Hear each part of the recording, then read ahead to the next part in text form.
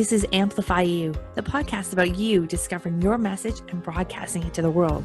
If you're a coach, author, or speaker, you'll want to tune in. If you're looking for the best return on your time investment to get your message out to the world in a bigger way, we're giving you full access and behind the scenes look of how we're running our podcast, how our clients have found success, and what you can do to launch your podcast today. The world needs your message. I'm Michelle Abraham, the host. Join my family as we unleash your unique genius and find the connections you need to launch your adventure today. Join us and let's get amplified. Hello, Amplify You family. Michelle Abraham here, your host. And today I am so delighted. I am bringing to you another behind the mic interview with one of our favorites. So we've got Kinsey Machos from Captivate and Close. And I'm very excited to tell you more about Kinsey, but let's first say hello. Hey, Kinsey, how you doing? I'm so good. Thank you, Michelle, for having me. This is so fun. You are so welcome. Been wanting to have you on our show forever. So this is awesome. Now you've just newly relaunched your podcast and we're going to walk through that in a second and what that was like for you and where the direction you're going with your show is. But before we do that, what's your number one favorite thing about podcasting? Oh my gosh. Wow. Okay. I love so many things about it, but I think right now, my favorite thing is the intimacy that you have with you and the mic, but then the visual of it reaching people's ears and hearts and minds. And it's just such a different experience, right? It's such a different experience than like going live on Facebook or, even coaching calls. Like it's a very different, I love it. It's the intimacy of just you and the mic. And yet you're also, just imagining yourself reaching so many people all over the world. I love that. And it's like, you're literally in someone's head with their earbuds, which is so cool. I know, it's crazy. It's such a very secret place that we get to be as podcasters. We're so lucky.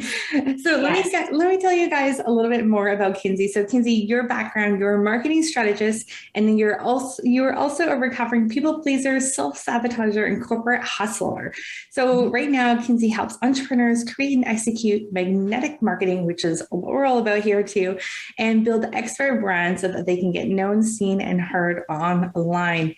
So Kinsey helps coaches and consultants hit 50K a month by enrolling consistent high-ticket clients using her breakthrough marketing methods.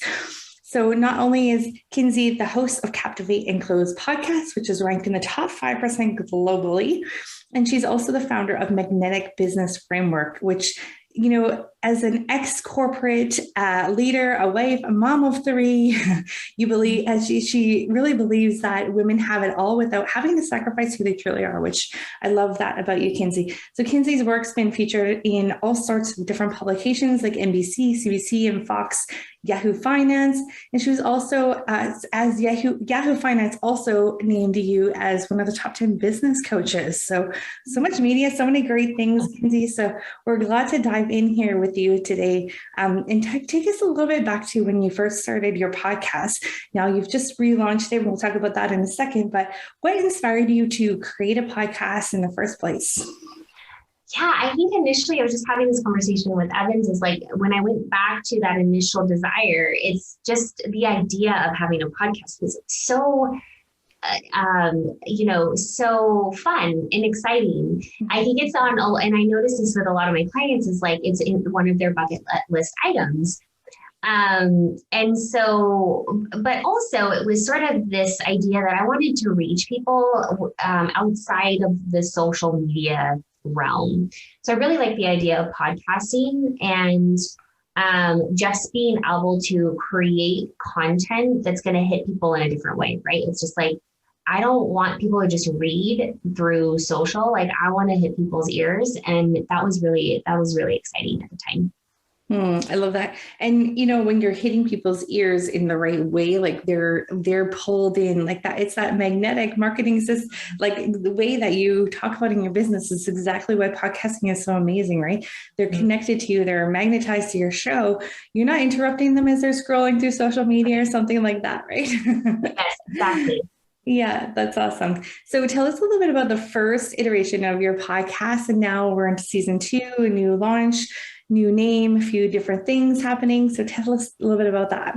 Yeah. So when, like I said, I was just like all gung ho. I was like, podcast is like, sounds so amazing. This is what I'm going to do. So I showed up twice a week with a podcast episode. There was little sort of thought that went behind it. It was just getting used to publishing content, getting, my brand and my messaging out there beyond social media. I did that for a full year. And then what happened was my business was growing beyond even my own capacity. So I had to take a little bit of a step back and realize, okay, I need to build a team. Like I'm doing a lot of things, but I really want to make sure that everything's streamlined. We're progressing in a way that makes sense towards, big picture vision. And just wanted to, work smarter, because I think what I found was I was just getting in the doing of things without having, pulling out and saying, okay, I'm a CEO now, and I really have to strategically think these things through. So I took a pause after a full year. I took a pause and was really able to take time to think about how I wanted to team structure, really align programs and services and things like that. But then, of course, I just missed podcasting so much. I knew I wouldn't be done, but I knew I needed to come with a fresh new strategy. And I think that's when we connected through a shared mentor, and I knew that I needed, so before, with the first iteration of the podcast, I had someone helping me edit and upload episodes and things like that. But what I was missing is just sort of that advocacy and strategy, somebody to tell me, here's what is working in the industry. Here's what we see for you, right? Really that partnership. And that's where you guys came in, and you guys were just so amazing. And we went through several iterations of relaunch. I think we had to push out a couple times, summer, everything. Again, it was just kind of this feeling of slowing down to speed up a little bit. Finally did the relaunch, and it's been so fun. We wanted to do a little bit rebranding and renaming, and just kind of a fresh look. And it's been so amazing. It's just been so amazing to have your partnership. Oh, we've enjoyed working with your show too, and you and your vision, because I love what you're doing, and what you're talking about right there is where so many podcasters just stop. And that's something I don't want to see podcasters stop, because I think you start a show for a reason, you get gung-ho, you go on out there. But as a podcast host, you're naturally evolving. The personal development you get as a host is incredible, right? You grow as a person because you're sharing that message. And sometimes it doesn't align with your business after a year. And I think what you did was smart. So you realigned it and relaunched it so it matches again, and it feels like it's in alignment. And so extracting from your story, I just want to share with our audience that that's something that maybe is uncommon, to think that you can do that, to think that you don't have to, stop your podcast if it no longer fits with what you're doing, or you've grown so much and your business has grown so much. It's perfect time to reevaluate, restructure, redo it, but you don't have to give up that initial stuff. That's still gold, and it's still going to be serving your audience. But now it gives you an opportunity to let your audience know where you're going next too, and how they can continue that journey with you. I think that's so smart. Yeah, so good. Yeah. So tell us a little bit about so as you're growing, your business is changing a little bit. What are some of the things that you're an expert at launching and selling high ticket? And so that's something Evans and I love talking about too. And have you seen a change in the industry in the last year or so? What's working as far as launching goes? And is that something that we should still be doing a lot of in our business? And how do we connect that with our podcast? Ooh, so good. Yeah, I love this question. So I think it's first, I think launching gets, thrown around a lot. And so it's first thinking about what is a launch and what does that mean for your business? And the way that I look at it, it's moving from this idea of just putting things out there, but also the launch experience creates an opportunity for you as the expert to bring a volume of people to you and to make an offer at them at once. But that comes at the end, right? There's all these pieces involved in that. If you want to create, right, a transformative experience within that, there's all these things that can go into it that cannot just create that one-of-a-kind experience for people without even them ever becoming a client, but also to increase conversions, right? Because at the end of the day, what we want to do is get more clients and help more people. So one of the things that we've really been doubling down on is creating these white glove experiences within our launches. So it's not relying just on content, just on live videos, just on emails to push people to the next steps. It's really about creating more opportunities to have intimate conversations with them. So we'll put in a structure in our launches where we are individually having conversations with everybody that has opted into our conversion event, right? So the launch at the high level, it's like you gather attention of a group of people, you have them opt in right into a challenge, a workshop, a live event, a masterclass. You serve them with the content there, right? And then you extend an invitation at the end. But what we've done is really how to create more intimacy within that content period, where we're building those relationships while we're serving them with content in this group setting. That's what was working so well for us. And what I think that with the online space, we were just talking about this, right? It's growing so rapidly. Like everybody is literally sprinting to online businesses. And so, but which is cool and amazing, like for us, for you and I, Michelle, for us to see people to like truly step into their power as entrepreneurs and as humans, that's so fun. But it also causes, right, some challenges if you're trying to make a little bit of noise, make a little bit of movement in a very crowded space. And so what we want to think about is how do we how do we create that experience for our people, because they're being oversold too, right? Everybody is like same of everything. So how do you make it just a little bit different and create the opportunity for that relationship to be built? And it's working really well for us. So we'll take that and we'll leverage whatever we're doing, whether it's a masterclass, which is short, right? Or a longer 5-day challenge. We'll make sure that we have some sort of component in there that creates that white glove experience where they feel like they're getting a service through that event. Do you find that the masterclass and the challenges are the best way to create that? Are those the vehicles that are working the best right now when it comes to launching?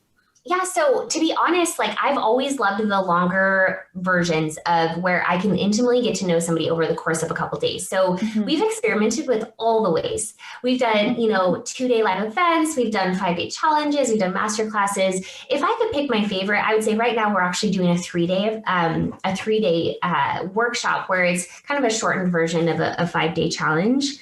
But I just recently I have really started to love masterclass as well. It's like, if I can convert a cold lead to a hot buyer in 90 minutes and still create that transformative experience within that 90 minutes, why not? Right. So I think for right now, I do love more of the interaction that like a 3-day or a 5-day experience creates for us. But I love the fact that we do have an asset that works like a masterclass that's shorter and can convert as well. But again, with anything, it's just making sure, how do we add in that extra element where they do feel like they're getting some sort of white glove service? They speak our language, although transformational experiences. You can tell Kinsey and I have had the same mentor all about the transformation. So yeah, no, that's awesome. I love that you guys are doing that. And so when you say you're doing a 3-day one, is that like a short, like an hour each day over 3 days, kind of like a challenge, or is that 3 full days? No, like a challenge. So it'd be like a 3-day challenge model. Yep. I'd say an hour. We've gotten up to like hour and 15 minutes for those 3 days. And then we've experimented with some bonus trainings after that as well. I like that. Yeah. That sounds like a really great plan, because I find sometimes in challenges, it's hard to keep people's attention for the day 4 and 5. Yes. Keep coming back. So do you find there's a drop off in day 3 to day 5?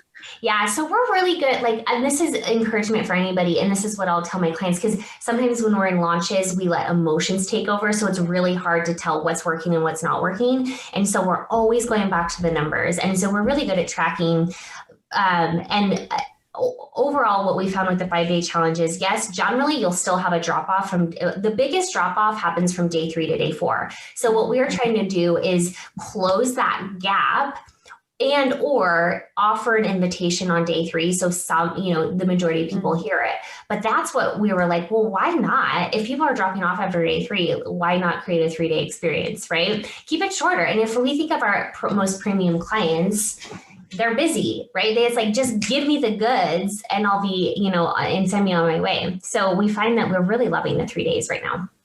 That's awesome. Yeah. The 3 days seems like it's a more attainable for busy. Just thinking of myself being super busy too. I think I was like 3-day because then you can come and learn and then you'll be on your way. And that invitation's great. I like that. Yeah, that's really cool. And so there's so many great things that you're speaking about here that I just want to bring it back to our audience at home. They're thinking about starting a podcast or are podcasting. One of the things that Kinsey and I were talking about too, before you do go into podcasting, just before we started recording, we were talking about the industry and how there's, because of the pandemic, so many new people, like you mentioned, or have now become entrepreneurs, which is great. So we were discussing how, it's not necessarily your best interest to go and start being a podcaster and being on platforms and stuff before you have some of those foundation things. Mm-hmm. So Kinsey, can you want to talk a little bit about what some of those foundations are that you should have in place first in your business before you start going and amplifying it on tons of different platforms, or especially podcasting or launching? To be clear too, what are some of the things that you're finding that should maybe be in place first? Yeah, I think generally, and I think some people even look at me and that's why, we attract a lot of people like coaches that want podcasts. And I think it's important to say, I didn't start my podcast till I hit 6 figures. So not that that's the indicator, but it's making sure, first of all, are you profiting? Let's get cash in your business, which means you have some sort of method or system that's generating clients for you consistently. Do you have a reliable lead gen system, which it sounds super techy, but it's do you have a reliable step-by-step method that's converting clients for you that you can, turn up, turn down, tweak, adjust, which means you're just dialing in. You're not having to create all the new things. Do you have that system that is bringing in clients? And I think while a podcast is a really fun way to experiment with your voice and your message, I do think it's helpful to have some element of, this is what I do, this is who I help, because what we want to do for any content is it should lead, it's stemming from that, right? If we know our ideal client, that's the type of content we want to create for them, right? That's going to shift, right, how they think, feel, or behave. But without that, without an offer, without an ideal client, I think the idea of having a podcast might sound fun, but it's no, these are meant to, right, elevate the brand, elevate the profit, elevate the impact. So we want to make sure that, my CFO would be in my ear, what's the return on this? What's the return on investment, right? So just being super conscious is, I think, going back to the initial question, do you have an offering of some sort, right? And do you have some clarity, because it does evolve, but do you have a starting foundation of who your ideal client is? Yeah, I think that's and that method for, generating clients. Absolutely. Yeah. And then once you have that clarity, I think it makes your voice stronger as you go on and start podcasting. And if you're not sure on that clarity, I always find it's interesting. This happens to everybody, myself included. After about 100 episodes, you got very clear on your voice, right? Myself included, a lot of people we talk to, but 100 episodes in 20, you get a good, okay, I'm kind of getting the hang of this. 100 episodes, you definitely have your voice. So if you don't have a program or service that you are currently enrolling people in and generating profit from, but you want to start using your voice, you want to start practicing it, just start doing your own, do a Facebook Live or do something that's not so permanent out there to get your voice, get your footing. And, Facebook Live is a lot less effort to produce than a podcast. And then it just gives you that practice to exercise your voice, I think is really great too. So we're not saying that you don't do anything at all. Just saying that, sometimes practicing that voice and then while you're generating some profit and getting that foundation set up is great. A great start. That's really good advice, Kinsey. Thank you. Yeah, you're welcome. So important. For sure. So for those sitting at home that still have not launched a podcast, can you share with us some of your favorite things that have come from podcasting in relation to your business? And also with some advice for someone who is ready now, they have that foundation, they're ready to go. What are some steps that you would suggest they take? Yeah. So I think what I love, about it is, first of all, is it allows for more strategy behind your content. So when I go to record, it's becoming my core piece of content, which then feeds, right, my social content and how I'm showing up over there. So it creates more strategy and streamlined approach to content creation. Because what we know, content is king. Yes, right. But if you're just throwing spaghetti at the wall with your content, right, that's where you're going to burn out. So it allows more streamlined approach to content creation, which it's like podcasting is my core method. And then I think it's also the relationships that I built. So I did start when I first got going. I did more guest interviews than I'm doing now, but it was such a good relationship builder.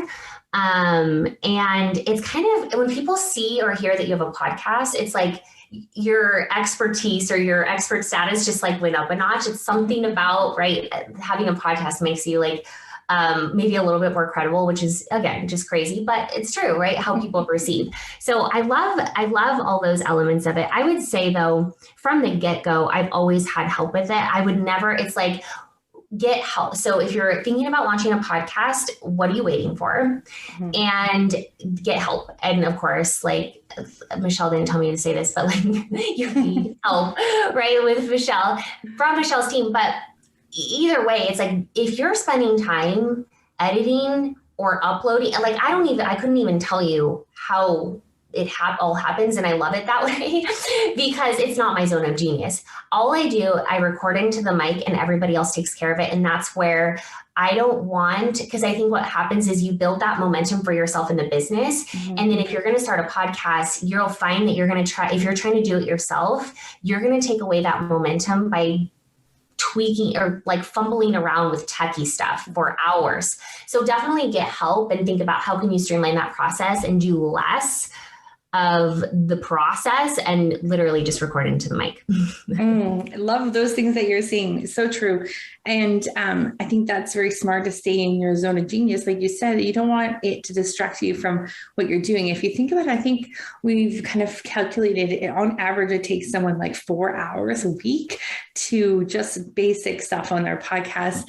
Those 4 hours a week is like what, 16 hours a month? Like, oh my gosh, if you spend 16 hours on like income producing activities in your business, just think that cost versus the cost to hire someone to help you is very insignificant. 100%.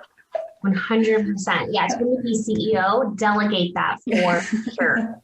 Yeah, exactly. So when you're in your zone of genius, in your opinion, Kinsey, what does that allow you to do? Well, it allows me to serve my clients at the highest level. There has been periods of time where I do feel a little bit more burnt out by doing things that are not in my zone of genius. So that means I'm showing up less for my clients. So when I'm sitting in my zone of genius, I get to serve my clients at the highest level.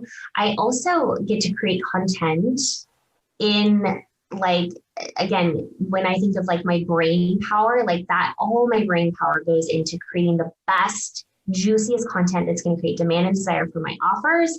And it allows me more space to have with my family. And, that's very, very, very important to me. I didn't become an entrepreneur to land myself in another corporate gig. So really having the lifestyle freedom that comes along with being an entrepreneur is super important to me. Absolutely. And speaking of that, you're a mom of 3. How the heck do you do all those things, Kinsey? I try not to think about it. When I think about it, I do feel tired, but when you got to do, you got to do it. But it requires a lot of structure, a lot of routine, and a lot of intentionality, right? So it's like commitment in, if I set my hour at a, 6-hour workday, I don't go before that. I don't go beyond that. And it's so hard and I fudge it up a lot, but it's really like, how do we protect our schedules?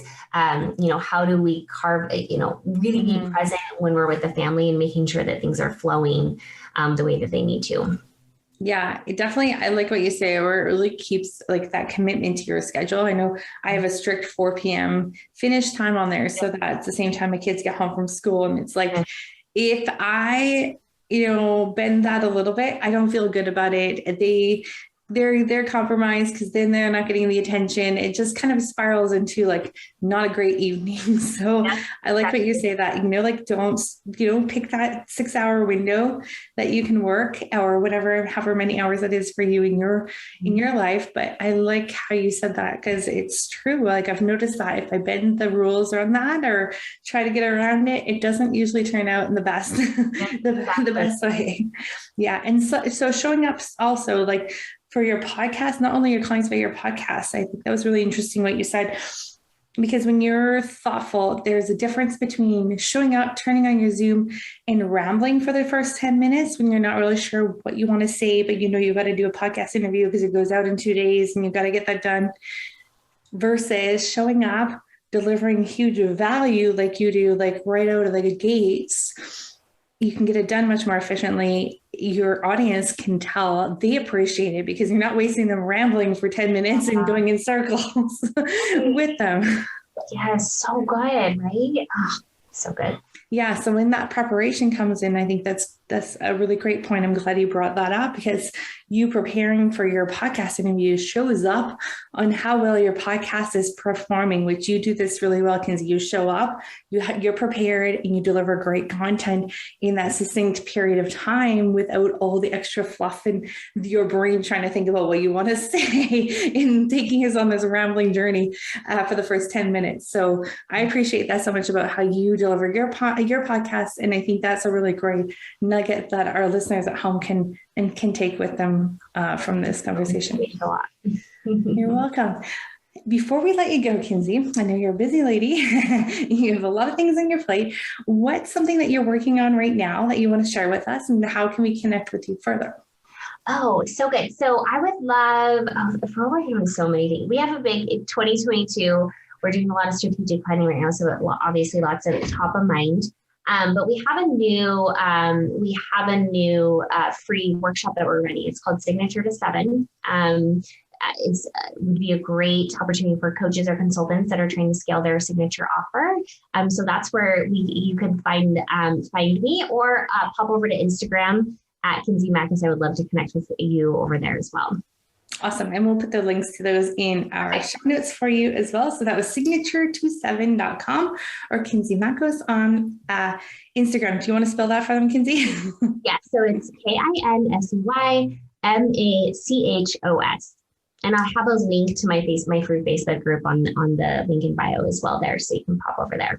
Perfect. That's great. And guys, make sure you go check out her podcast, Captivate Close, so you can kind of hear how she gets right to the point and gives tons of value in her episodes, which I really appreciate when I listen to. And this is just full of tons of great content and value. Kinsey's very like-minded to Evans and I, where she's all about value and all about giving, and that is really transparent in her podcast and transformational in the way she delivers that content. So make sure you go check it out. And Kinsey, thank you so much for spending your time with us today. Any last words for our audience today? No, I just want to thank you and just your genius and working with you and Evans and the team and Troy. Troy's like our podcast manager, but he's like our true advocate. I just appreciate your advocacy and your partnership. I'm just very, very grateful for you guys. Well, thank you. You're welcome. We're so honored to be able to work with shows and experts of your caliber, Kinsey, because it is so great, the message that you have to give to the world. And we're so happy we get to be a part of the team that delivers it for you. So awesome. Thank you so much, Kinsey. And Amplify You family, make sure you connect with Kinsey. Go check out her podcast, Captivate Close, on all the places you can find podcasts. All right. Thanks so much, Kinsey. Take care. Bye, Amplify You family. Till next time, we'll be out there, stay in your zone of genius, and let us take care of the rest. All right. Take care.